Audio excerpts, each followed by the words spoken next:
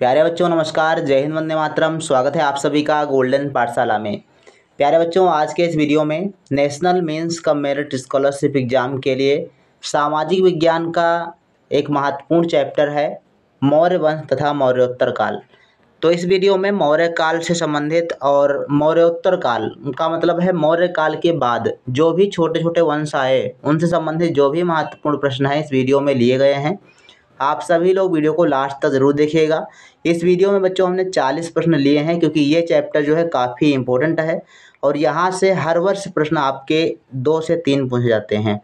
तो आइए शुरू करते हैं वीडियो को। पहला प्रश्न आपकी स्क्रीन पर दिया गया है, बहुत ही ध्यानपूर्वक पढ़ेंगे। जो भी ऑप्शन से प्रश्न बनने वाले हैं उन पर भी हम लोग चर्चा करेंगे। किस योद्धा ने 322 ईसा पूर्व में कौटिल्य की सहायता से अंतिम नंद शासक घनानंद को पराजित किया था? तो किसने पराजित किया था? कालाशोक, अशोक, अकबर या चंद्रगुप्त मौर्य? तो इसका बच्चों राइट आंसर हो जाएगा डी ऑप्शन, चंद्रगुप्त मौर्य ने। तो चंद्रगुप्त मौर्य का नाम आप सभी ने सुना होगा। चंद्रगुप्त मौर्य ने नंद वंश के अंतिम शासक जिनका नाम था घनानंद, इनको पराजित करके और मौर्य वंश की नींव रखी थी। और इनको पराजित करने में महत्वपूर्ण योगदान जो था वो कौटिल्य का था, जिनको चाणक्य भी कहा जाता है। और ये जो युद्ध लड़ा गया था 322 ईसा पूर्व में लड़ा गया था। तो इम्पोर्टेंट चीज़ें हैं, यहाँ से आप इनको लिख भी सकते हो। इसके बाद क्वेश्चन नंबर 2 है, नंद वंश के पश्चात मगध पर किस राजवंश ने शासन किया था? मौर्य, शुंग, गुप्त या कुषाण?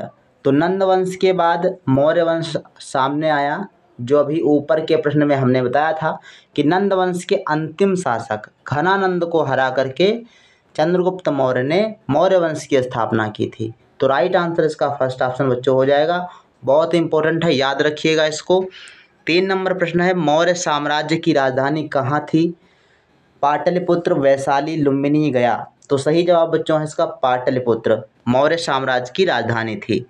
4 नंबर क्वेश्चन है, चाणक्य किसके प्रमुख सलाहकार थे? या ऐसे भी प्रश्न पूछा जा सकता है कि चाणक्य किसके प्रधानमंत्री थे? तो प्रधानमंत्री या सलाहकार कुछ भी पूछे तो राइट आंसर बच्चों हो जाएगा चंद्रगुप्त मौर्य। चाणक्य, इनको विष्णुगुप्त भी कहा जाता है, इनको जो है कौटिल्य भी कहा जाता है। तो कई नामों से इनको जो है जाना जाता है।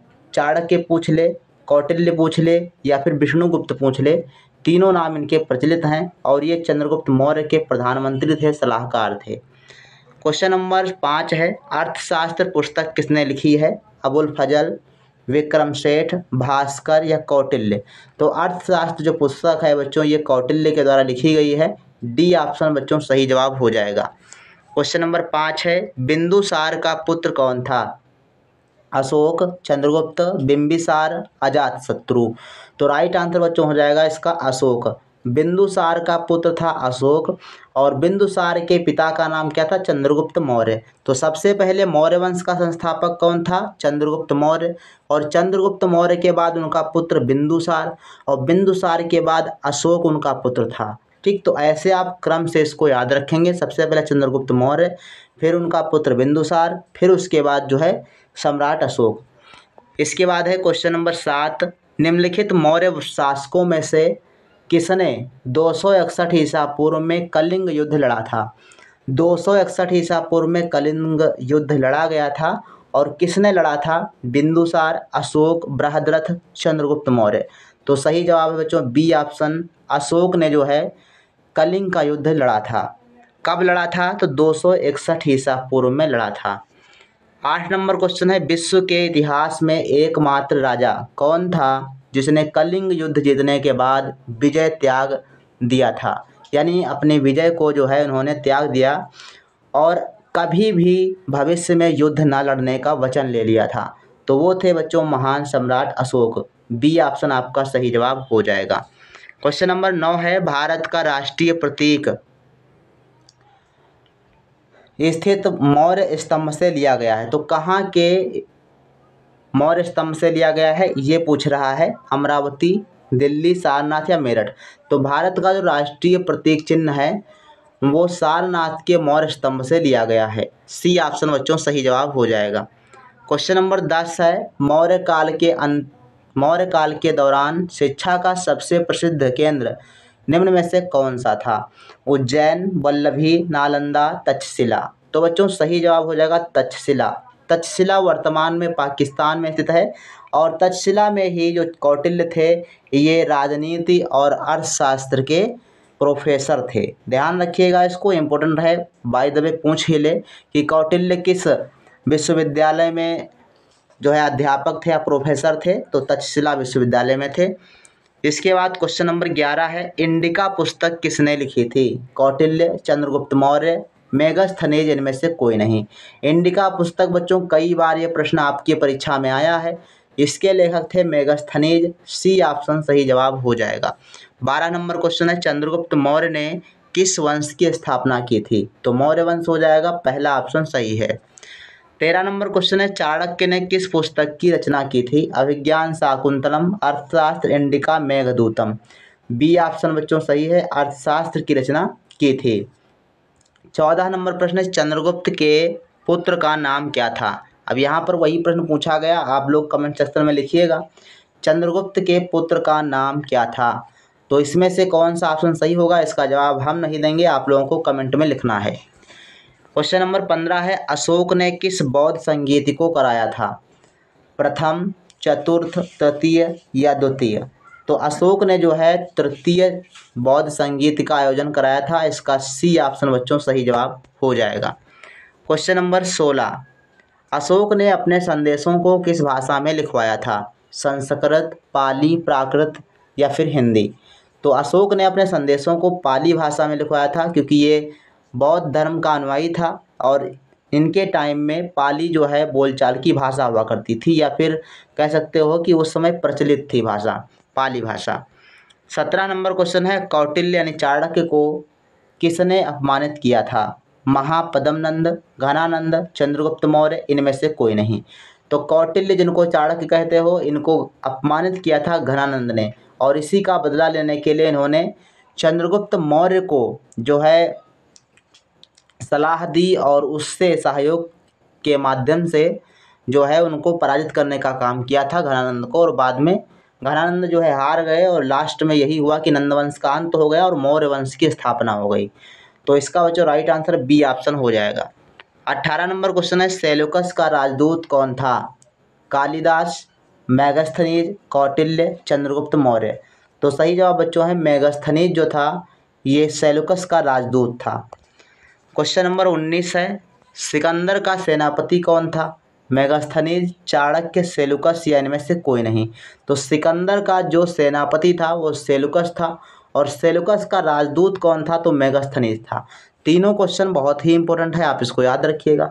सिकंदर मकदूनिया का शासक था, ये भारत पर आक्रमण करने के लिए आया।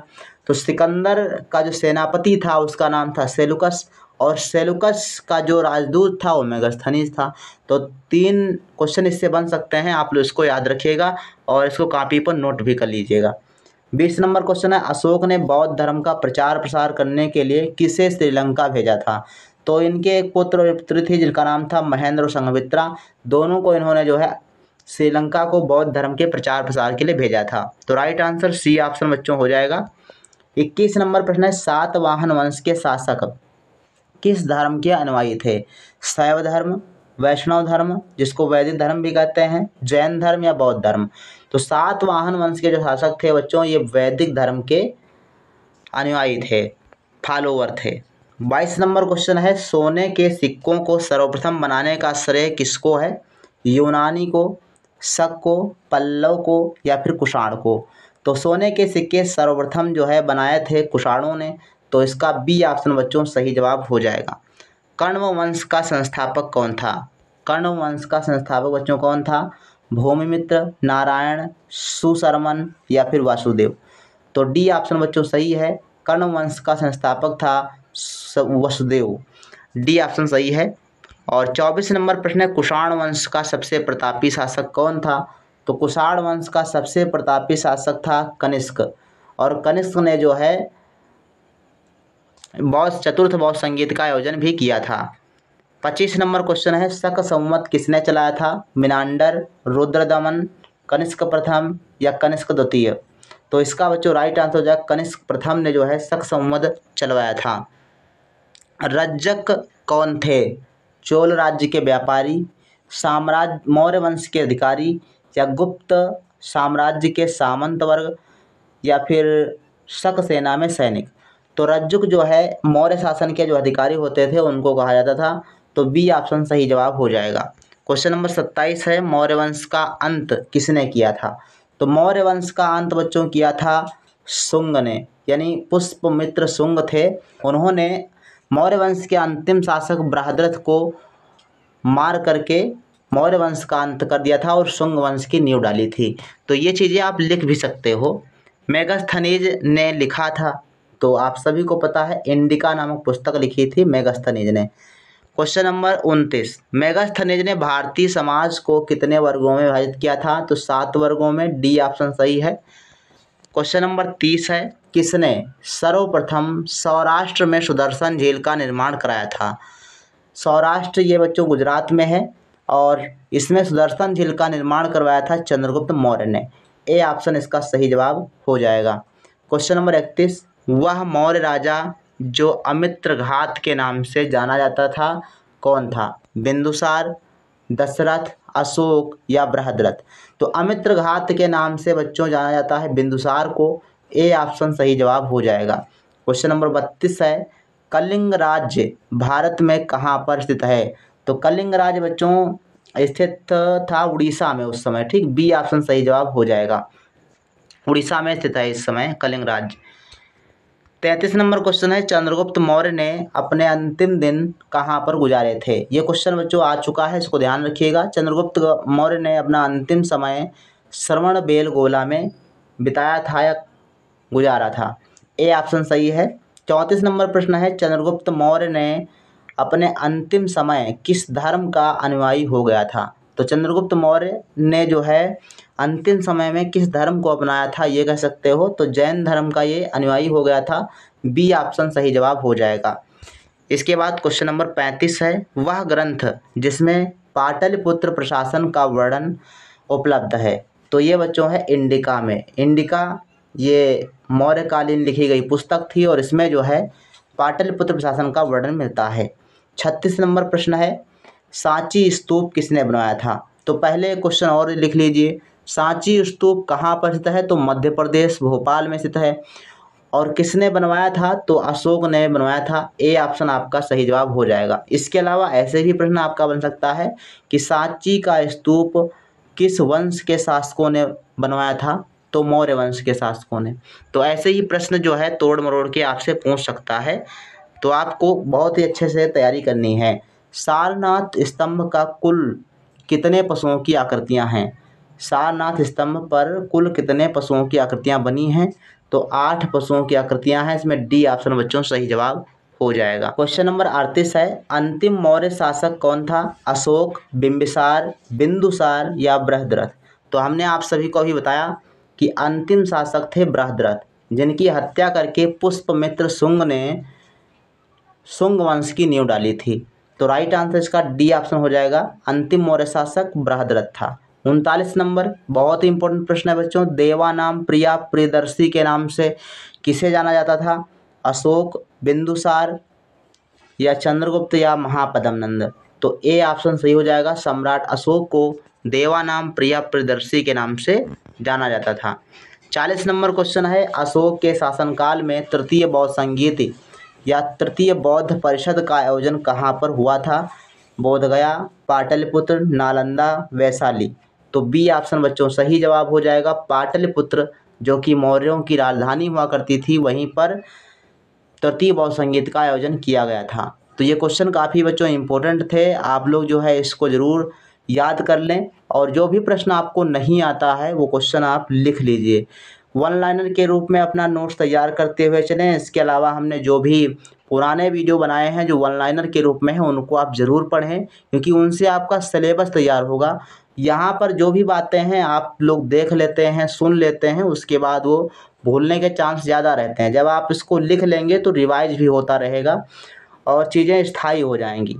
तो आज के वीडियो में इतना ही। इन 40 प्रश्नों में से कितने प्रश्न आपके सही हुए हैं, ईमानदारी से आप लोग कमेंट सेक्शन में ज़रूर लिखिएगा। जो बच्चे लगातार मेहनत करेंगे उन्हीं का स्कोर अच्छा आएगा।